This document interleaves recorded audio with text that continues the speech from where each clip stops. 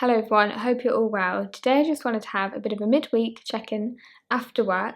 I never film after work because in the winter especially, even though today is technically the first day of spring, it is normally just really, and it as it is today, it's kind of getting close to being pitch black outside, and I never really feel like I want to film in without natural light because it just looks slightly strange. But I often do this. I often say like, oh, I can't film because of this, because I'm worried about how it will look, or, I haven't filmed enough, so it's not worthy me sitting down. And I often put so many little imaginary barriers on me sitting down to just have a chat. And I realise that the videos I like best, for the people I watch on YouTube, they're just really low key, and it's just, I'm watching them talk about their lives. Even in the background, I'd go around and clean or, do random household things while listening to people that I like on YouTube. So I thought, this can be a video where people just put me on in the background and go about and do their daily life as I just kind of chat. The first thing I want to mention is my cup of tea. So if you haven't already got a warm beverage, I highly suggest it. I picked up the Bird and Blend Easter egg tea, which is obviously one of their seasonal ones, and it is probably my new favourite tea. I've spoken about my love of Bird and Blend before, and my love of a particular tea of theirs, which was called Fairy Tale of New York, but it is now called Irish Cream, and it's a Christmas special.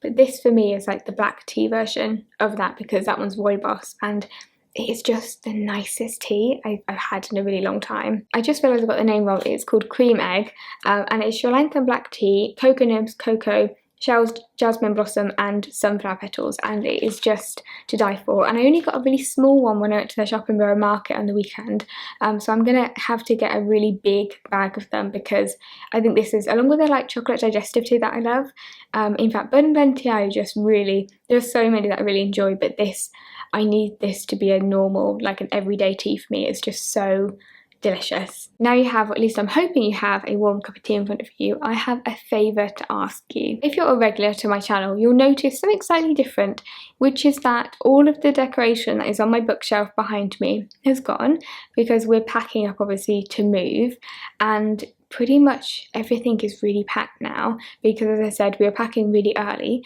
but it does now seem like we have weeks rather than months left in London and left in our lovely flat. But the bookshelves behind me, this is actually normally where my desk is. I move my desk every time I sit down to make a video. So this is actually like my Zoom background for work. So this classics bookshelf is probably going to be one of the last things I actually pack up, because it's my Zoom background. It also just gives a bit of joy to the living room, because all of our paintings, there used to be a painting up here that my dad did, all of our paintings, all of my knickknacks, and I'm like a real trinket girl, they're all gone, they've all been packed up. But the favour I'd like to ask you is that if you watched a previous video I did of packing up the books, I just spoke a little bit about our kind of move to London, and I realised I would love to document me packing up these lot of books, but I would love to do it in a Q&A. So I'm really here asking you to ask me questions, and I'm aware it could feel slightly self-indulgent, but I quite like watching Q&As, which is why I thought I would actually film one, and I haven't done a Q&A in 2 years, I think. But I just thought that me packing up my books and being in one spot would just be a really good opportunity to do one. So if you have any questions about life, London, our move, Yorkshire, publishing, books, do bear in mind obviously I won't have all of my books with me, so I won't always be able to show them and things, but any kind of questions you'd be interested in hearing me answer, please leave them below, and I'll try and get through as many as I can, but I will try and make them work thematically for the video. But yeah, I just wanted to ask, and I know it always feels really self-indulgent, but I just thought if it's in a video, I know that everyone who's probably watching this is still going to the right audience, so if you would like to, please, yeah, just pop one below. It is going to be really odd, and I think even emotional, to pack up the books behind me. I am very sentimental about where I live and just everything about the flat, and wherever I go I just really bond really quickly with the places that I live, and so it's going to be really emotional, especially because the bookshelf behind me is the first thing we did in the flat, and also like the TV bench, which actually we're leaving for the people who are buying this flat, so that will still be here, but it's really strange because it's starting to look like the first pictures I took in the flat 5 years ago, just because of how little stuff there is on the walls, except we have a lot of cat stuff that we didn't have 5 years ago. I'm also just finding myself making really sentimental purchases at the moment, so at the weekend, because obviously we're wanting to spend the last few weeks or months or however long it is in London in some of our kind of local places, but also our favourite places. Ben and I went to the South Bank and kind of, you know, Borough Market and just walking along there, and I ended up buying so many like London things, and you can just see it's because I'm like panicking because I'm leaving, because I've made living in London like my personality for 7 years and what's going to happen without it. But I just really love the city, and so I thought I would share them with you. And I also bought actually a book at the South Bank book market. So I guess I'm turning this video from a chat now into a haul, which I feel like happens with every video I film anyway, because evidently I have a problem. And also when I'm sad I do buy things, which I'm aware is not healthy, but it is true. The first thing that I bought is this really adorable Paddington bear mug. Paddington and London for me are synonymous, and I love Paddington. I went to bed listening to the audiobooks from being like a tiny child to being a teenager, and in fact I still have the audiobooks read by Sybil Freyja on my Audible, and I still listen to them in times of stress. But me and Paddington, even just like Paddington coming to London and me coming to London, I felt such an affinity with this like bear, because just of how big it is and how like scary but also wonderful and bright it is and exciting. And me and Paddington, we've been on this journey. And so when I got my first job in publishing, obviously at HarperCollins, the publisher of Paddington, and then seeing all the big Paddington displays, I was like, Paddington got me here, you know, I've made it, and Paddington is with me. And I bought a book actually when we first thought we'd be leaving London, because it's been a roller coaster of a journey, and I bought a really beautiful edition of Paddington Bear from Hatchard, which is now all packaged away. But I wanted that to be the last book I bought in London. Hasn't turned out that way, but at least this will be the last mug I buy in London. So yeah, me and Paddington together forever, and it's just, I love it. The next things I bought are mug adjacent, because they're coasters. They're tube map coasters, official like TFL merchandise, only official merch here for Transport for London. But when you put them all together, they make the tube map, and I have an obsession with maps. Actually, my next purchase, I realise, is also a map.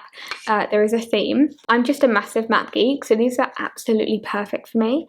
And also I've been on the lookout for coasters, like nice coasters, for like a long time, because I just hate cardboard coasters, whereas these are like wood ones, which I really like. It wouldn't be an exaggeration to say that half the prints in our flat have been maps. I know if you look back at my YouTube channel, I'm not really suggesting you do this, but you will see me at university with like maps everywhere on behind me. I can't be alone in this though. There must be lots of people who just really like maps. Alongside all of the books at the South Bank book market, they also sell various kind of antique prints and illustrations, but also maps. And I am honestly, I literally will just stand there for ages looking at every single map, and all the prints as well, especially. And there are always a few things that I'm looking for. But this time when I was there literally for like 10 minutes looking through everything, I came across a map of where Ben and I currently live in London, and also I can literally see our road. But this is from 1924, and I thought as we're approaching the end of our time here, I need to get a map of where we live. I already have a vision of where I want to put it too, so hopefully when we move, I'll be taking a little bit of London with us. And then at the book market I picked up The Lost Tudor Princess by Alison Weir, because I just can't resist that book market. Every single time I always go, I'm not going to buy anything, and at the moment especially I should not really be buying any more books, but I wanted to read this Alison Weir for a long time. I've read majority of her non-fiction, but not this one. This is all about Margaret Douglas, the Countess of Lennox, who was the niece of Henry VIII and the mother of Lord Darnley, and therefore the grandmother of James I. I don't know that much about Margaret Douglas, but it seems to be full of scandal, which is always, royal scandal is always my favourite thing to read about, so I'm looking forward to starting this one. At the moment I'm actually reading Jane Austen's Emma, and I'm really enjoying it.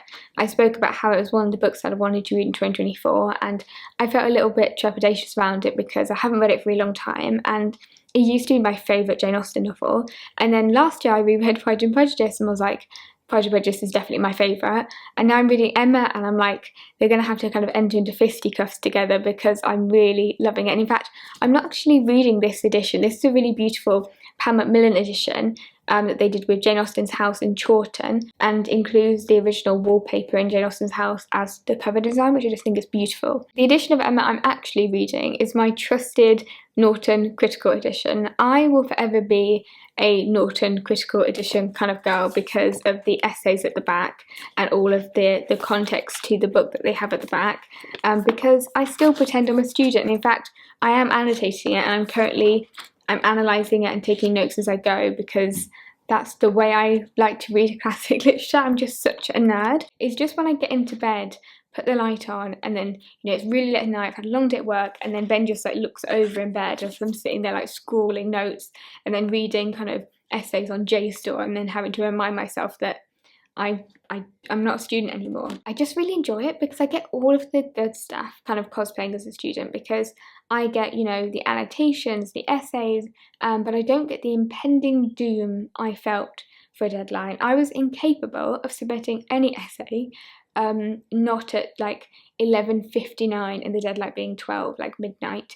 I wasn't the best student, but I loved studying, and so I get to enjoy all the good bits, and I am excited to be back in like a university city as well, because then I can actually just borrow the Norton critical editions without having to buy them, because then I can just go and get all of the academic books again and just enjoy. I'm really looking forward. In fact, it's one of the things I'm most looking forward to being back in York, is actually just being back at my university libraries, and yeah, having a little membership again, because I'm really ready to be back in that kind of zone, but yeah, without the stress. Linked to that, I also I'd mention a book that came in the post today, which is one of my most anticipated kind of like literary criticism, like history books, which is Reading It Wrong, an alternative history of early 18th century literature by Abigail Williams.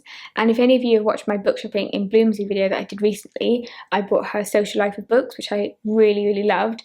And this is published by Princeton University Press. They kindly sent me a copy of this, and Charlotte from the lovely Quinny Reads sent it to me, so thank you, because I'm going to start reading this, because this is exactly the kind of stuff I would have loved as a student and still love and will annotate to death. Reading It Wrong is a new history of 18th century English literature that explores what has been everywhere evident but rarely talked about, the misunderstanding, muddle and confusion of readers of the past when they first met the uniquely elusive writings of the period. Abigail Williams uses the marginal marks and jottings of these readers to show that flawed interpretation has its own history and its own important role to play in understanding why and what we read. It is the perfect book for me. I think I'm going to start reading this one tonight alongside Emma, because even though Emma isn't a novel of the early 18th century, there is just so many kind of misunderstandings, misinterpretations, and also purposeful misunderstandings and making the truth, you know, skewing it a little bit in all of Jane Austen's novels. Also with how Jane Austen's characters read as well is really interesting, and they often misinterpret their own readings of text but also people, and so this kind of perfectly links with what my brain is currently thinking with Emma. So think of me sitting with both Emma and this tonight, just scrawling all over them. I know there'll be a few of you who actually like feel pain of seeing me write in pen in my books, but I just want to tell you that I also dog ear my pages, so just I'm that type of person, but I do buy my own books. I wouldn't do it to a library book, which is why I often have bought the Norton critical editions for myself, so I can really annotate them properly. But I just think for me, reading is such an active thing, and I love reading with a pen in my hand. I love annotating. I love kind of going to look at sources or like context of the book and really enjoying it. And I feel like for me, that's why reading is a bit of a game, because I'm actively participating in it, and that brings me so much joy. And am I missing university? Yes. Does it happen every year that I kind of want to go back and study? Absolutely.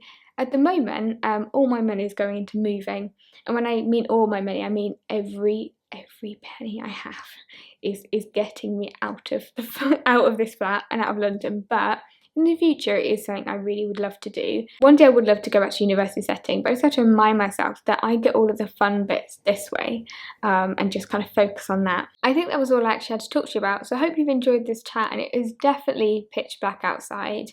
But yes, thank you for watching, and if you here, rather than leaving an emoji like we normally would, please just leave me a question so I have something to talk about while I'm packing up all my books. But I'll keep you up to date with the move as we go along, and also with my reading of Emma as well, because I have a lot of thoughts about Emma. So I'll see you very soon in another video.